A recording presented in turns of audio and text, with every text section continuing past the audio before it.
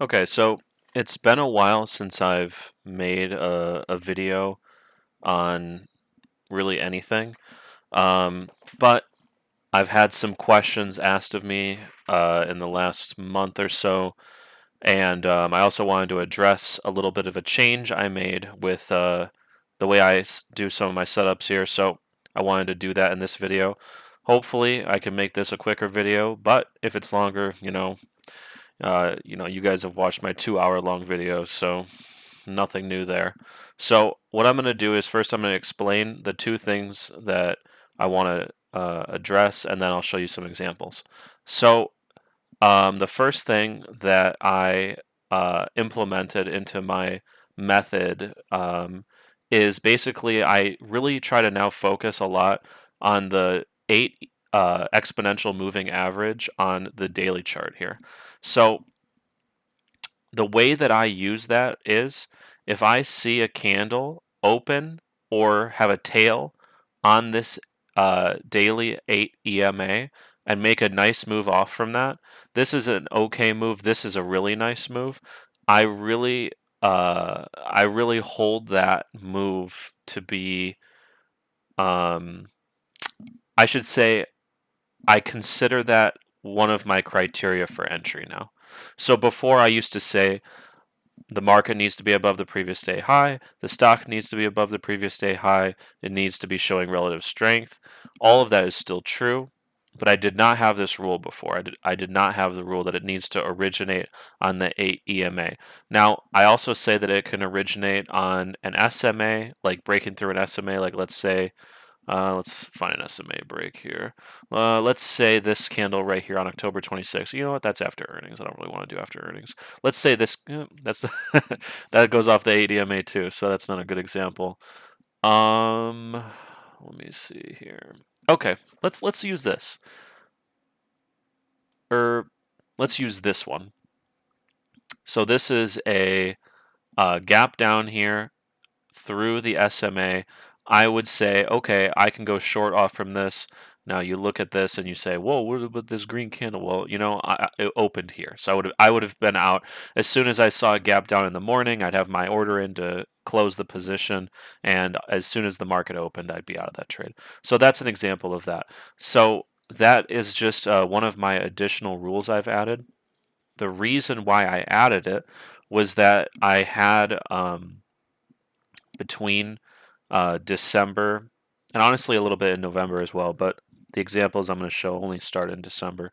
So in around that area, I started to take some losses, which ended up really reducing what my profits should have looked like in January and February and in March, really, because February I actually took a loss for the month. My first loss in months or first losing month in months. It was very frustrating because I would have been on a 6 month win streak at that point, and that broke it. I'm in profit now, but that was very frustrating. So I added that because it was the only thing I could find that would have kept me out of those trades.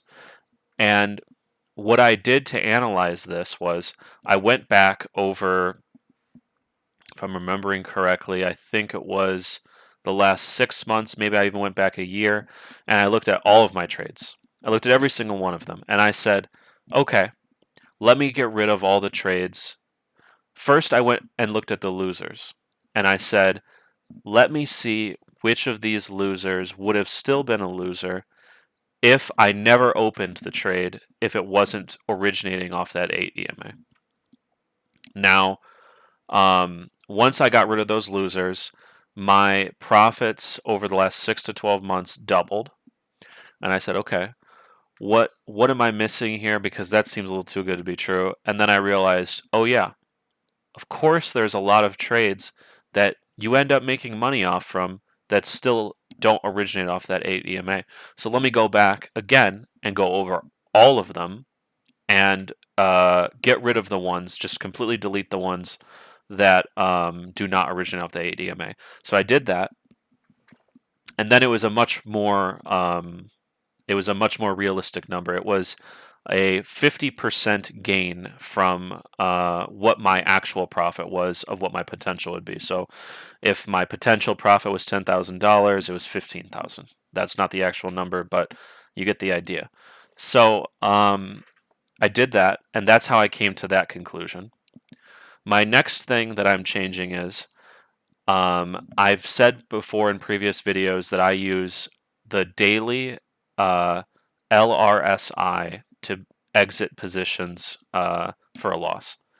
Now, I'm not stopping using that completely, but I've always recognized that the fact that I've used that was a crutch, if you will, because I wasn't that great at knowing when the best exit was. Now, I over time I've gained a lot of experience and I've really been able to have more perspective on the market, and I feel like I'm a lot better of a judge of technical analysis than I was, 6 months ago, a year ago. So, I decided, okay, let me instead of having that as like a solid rule, let me now make that a suggestion. So, the first example I'm going to go through here is IBM. I and this is really the only example I'm going to show that really influenced me to change my opinion on LRSI. Um, and again, not fully changed my opinion, just it's a suggestion now. I take it into account, but if I think the trend is still strong, I'm going to stick in the position. So, oh, I'm already on IBM. Perfect. So I went long on February 16th. Now, as you can see here, that is a little bit, I mean, it's so hard to tell, a little bit off the 8 EMA. At the time, I did consider that a perfect setup off the 8 EMA. Um, maybe even this February 20 candle changed the position of the 8 EMA, but at the time, this was going right off from it. I can't tell you. I don't have a screenshot of what it looked like at the time. But what I do know is at the time I felt good about the trade. In retrospect, let me look at this. Yeah, maybe I should have waited for it to break above this tail here on, oh God, I don't want that staying on the chart. Okay, well, I guess it's got to stay somewhere. Um, in retrospect, maybe I should have waited for that January 29th high to clear before I got in this trade. But regardless, so as we can see here, LRSI dips below zero point 0.2 on February 28th. So what is February 28th looking like? So February 28th was this green day right here, which was staying above the D18 EMA and above this low here, basically in the center of this compression. Now, I looked at that and I said to myself, okay, technically speaking, there's nothing wrong here. The trend is intact. Sure, I'm sitting with a loss, but the trend is intact. Am I really going to close this position just to get screwed? Now, the market at the time, we can take a look at that, wasn't bearish by any means. So let's see, February 28th. Yeah, so as you can see, the market at the time had just gapped up. It was compressing at above the open of this green candle here. So all I was thinking was, I feel like we're going higher. I see no reason why we're not. And I'm sitting here debating closing this position. I thought to myself, you know what? I'm not seeing any weakness here. I'm holding. Let me see when I exited that position. I exited that position on March 4th. So I got out here on March 4th. Now, that was a fine exit. I made money, and that was that. Had I been strict with my rules, one day below 0.2 LRSI would have taken me out of that position. And needless to say, I'd be very upset. So that was very frustrating. So to show examples of the the 8 EMA rule that I introduced to my trading, I'm going to show a bunch of positions that I lost money on, basically. So let's start in December. Let's open this up so it can be easier to see. Let's start with Etsy.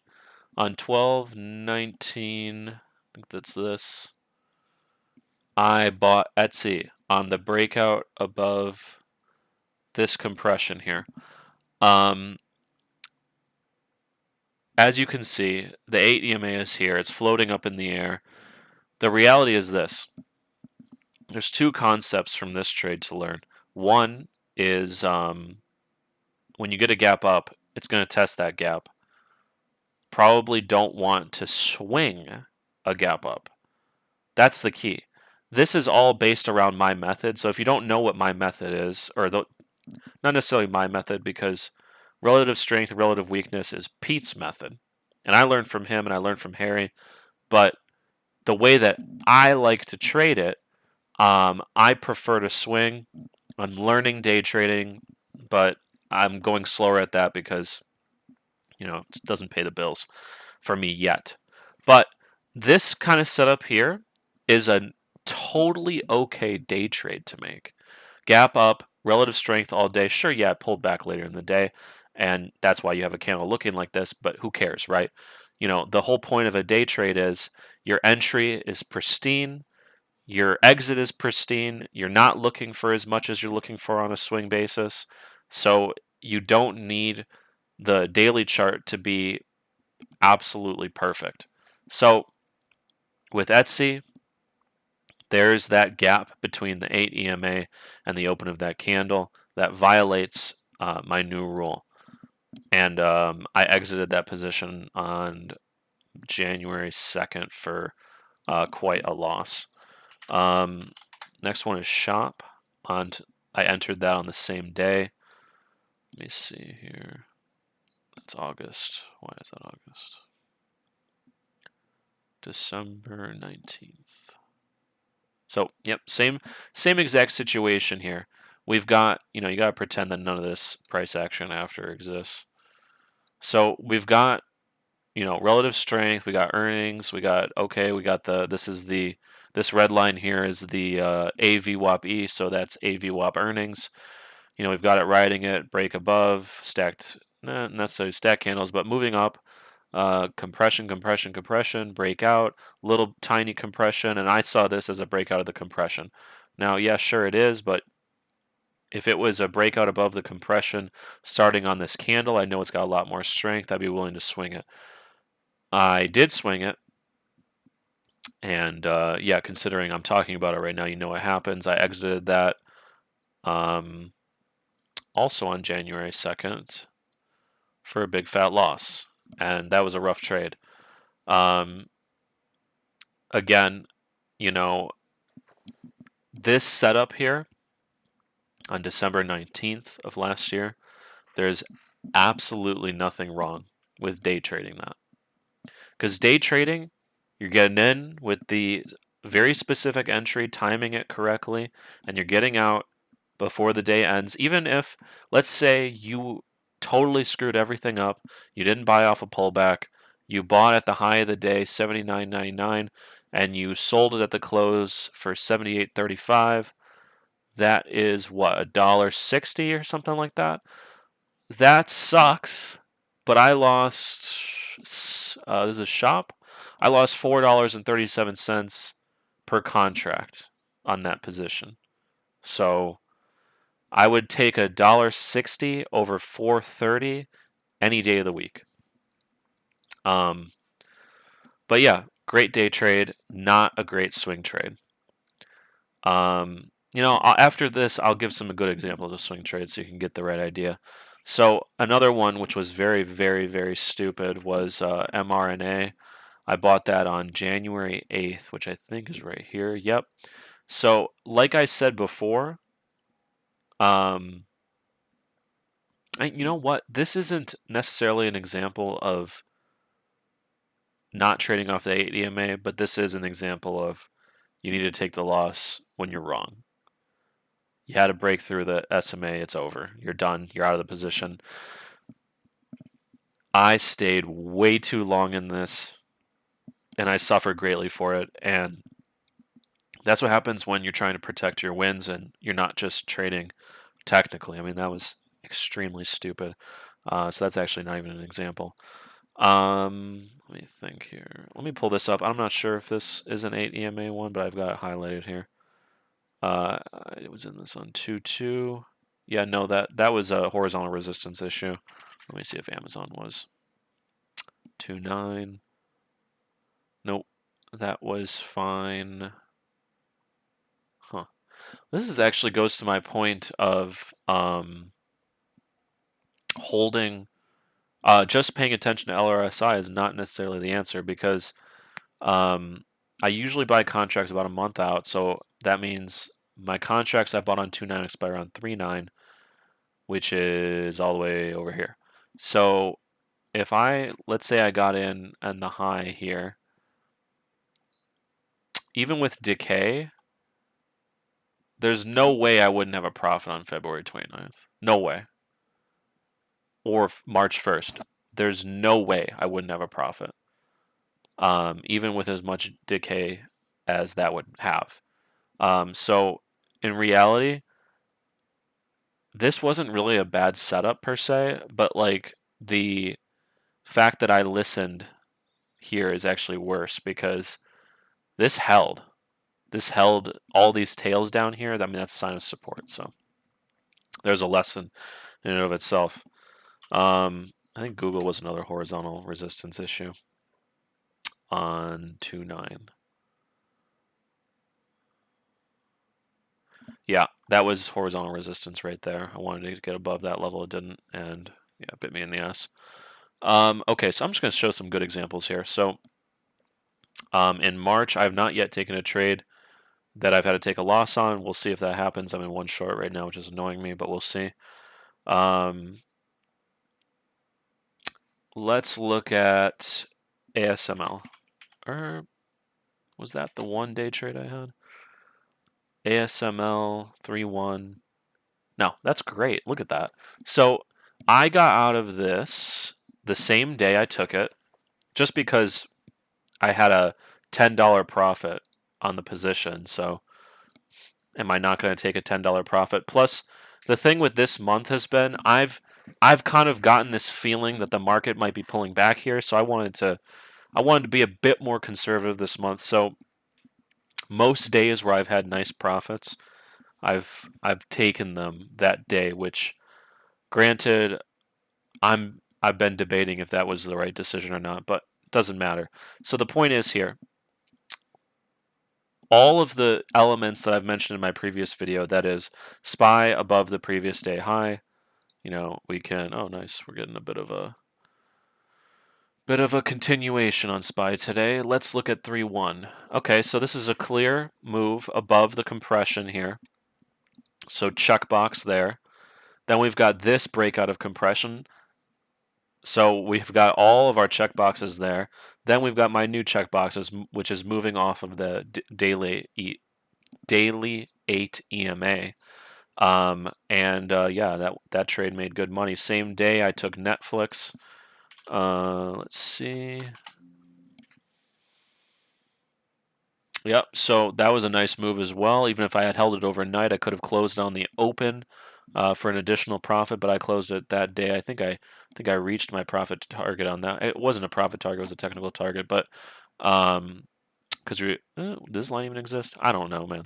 But I had some kind of target for some reason. Doesn't matter. I took it that day. Again, moving off the 8 EMA.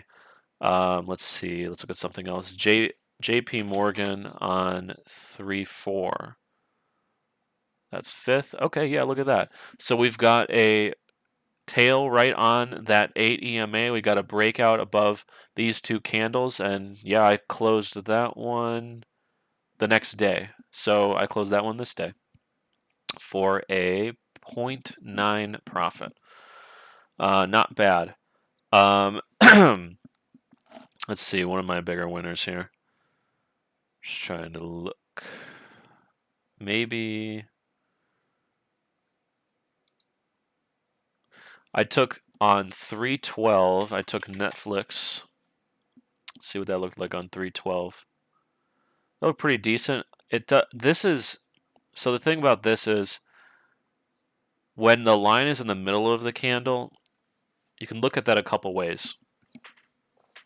You can look at that as okay, at some point during the day it bounced off from that, or you can look at that as um, it just kind of is still in that compression. But I closed it the same day. Um, I had in my mind that I was okay with swinging it. In fact, this is too much horizontal resistance here, but I had in my mind I was okay with swinging it. But I hit my target, which was close to the high of March 8th, which solid for me. Took profit on that. So that's kind of some examples of some good trades. So I hope that clears up the question that someone had for me about how I'm implementing the daily 8 EMA and what I've changed about my rules a little bit because I try to keep trading as simple as I can, and I don't I don't foresee any other changes. There's two things I'm working on right now. One is I'm trying to study how to be able to successfully day trade in any market, which is not easy. And I'm also trying to get better at getting better prices when I'm buying my options because a lot of times, like I'm in Meta right now. I bought it yesterday, right here. I was looking for just a quick pop to this area here. I'm nearly at break even. I think just above this line is my break even. Why is just above that line my break even? Because I got a bad price on my options, honestly. I bought at the high of this compression here, which should be around 495. So 495 should be my break even, but it's not because I didn't get a good price. So what does that mean? That means, I really should just wait for a little pullback. Even if that means, hey, you buy half your contracts here, you wait for a pullback, you buy the other half. If I know it's going to be a swing, then I can just wait. I don't need to load up all at once. I mean, Pete would even say, hey, you don't need to go full position all at once. You can scale in. There's no sense in um, putting that added pressure when you don't need to. Um, so I hope that was helpful. Don't want to ramble on further than I need to. And yeah, let me know if you have any questions. Let me know if you want me to talk about anything additional because I've got a couple ideas or videos I want to make, but I always appreciate questions so that I can answer them and hopefully pass something on that can help someone else. Good luck trading.